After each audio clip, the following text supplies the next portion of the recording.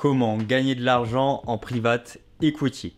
Je vais vous montrer les 3 possibilités pour gagner de l'argent sur du private equity. Mais juste avant, je vais rappeler un petit peu ce que j'ai fait, qui n'est en rien un conseil en investissement. Au dernier bull run crypto, j'ai pu encaisser pas mal et commencer à investir en startup où j'ai adopté une stratégie un petit peu de mettre tout le temps la même somme sur un nombre de startups indéfini, on va dire. Et puis ça s'est arrêté rapidement parce qu'il y a eu le bear market en crypto-monnaie. Donc d'un point de vue capitaux, j'ai pas su suivre. Finalement, je me suis rapidement rendu compte que ce n'est pas une stratégie intéressante pour l'investisseur particulier car nous n'avons pas des capitaux illimités. Donc éventuellement, si on a un salaire régulier et qu'on souhaite allouer une partie de son salaire sur du private equity, donc je rappelle que c'est des sociétés non cotées en bourse. Je vous mettrai en lien une vidéo où j'explique comment tout fonctionne. Mais j'estimais que pour moi, ce n'était pas hyper intéressant. Pour autant, depuis, je m'intéresse énormément au milieu de la startup. J'investis dans pas mal de private equity. Et sur les réseaux sociaux, on vient souvent me voir pour me pitcher des projets. Donc, je commence à avoir pas mal d'expérience là-dedans. Et concrètement, aujourd'hui, j'investis sur quel type de projet?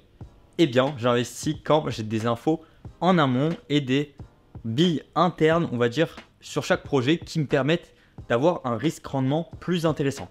En tant qu'investisseur, on parle toujours de rendement-risque, combien on peut miser, combien on peut espérer gagner et combien de temps, on va dire, la liquidité peut être bloquée.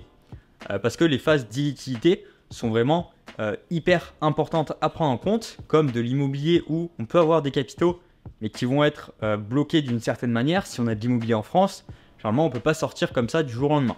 Donc, il y a tous ces paramètres à prendre en compte pour faire le choix d'un investissement. Pour en revenir au private equity, j'utilise donc une stratégie d'investir plus gros et sur certains projets décortiqués à la lettre qui me permettent notamment de trouver sur des deals qui proposent 3 sources de revenus sur ces investissements. Le premier, bien évidemment, c'est l'évolution de la valeur de part.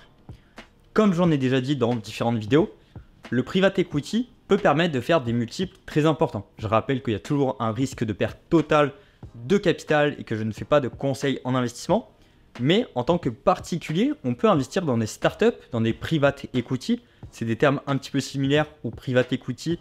Ce sont des sociétés non cotées en bourse, des actions privées. Et la startup où généralement on vise de la croissance rapide pour revendre derrière. Donc généralement, private equity, il y a la startup dedans et il peut y avoir du private equity, pas vraiment en mode startup, mais plus en mode corporate, on va dire, des boîtes qui ont plus tendance, du style des restaurants, des choses comme ça, qui n'ont pas pour objectif de faire un exit. Et du coup, la première source de revenus, c'est l'évolution de la valeur de part. Concrètement, comment on valorise une boîte? Il y a beaucoup de choses qui rentrent en jeu. Ça dépend des industries. Par exemple, sur la food tech, de l'agroalimentaire, on va peut-être parler sur des thématiques startup, d'un chiffre d'affaires annuel et puis un multiplicateur de x6 à x8 en fonction des actifs que possède la boîte pour être valorisé. Enfin bref, pour valoriser une boîte, il y a beaucoup de choses qui rentrent en jeu. C'est difficile de le faire quand on n'a pas énormément d'informations sur la société. S'il y a des brevets, s'il y a tout ce qui est propriété intellectuelle. Donc il y a beaucoup de choses qui rentrent en compte. Mais en gros, on va prendre le chiffre d'affaires, rajouter un multiplicateur et puis adapter en fonction de tous les actifs que possède une société. Et je rappelle que pourquoi on peut faire des gros multiples? Parce que nous, investisseurs particuliers, on va investir avec quelques milliers, quelques dizaines de milliers, voire centaines de milliers dans du private equity.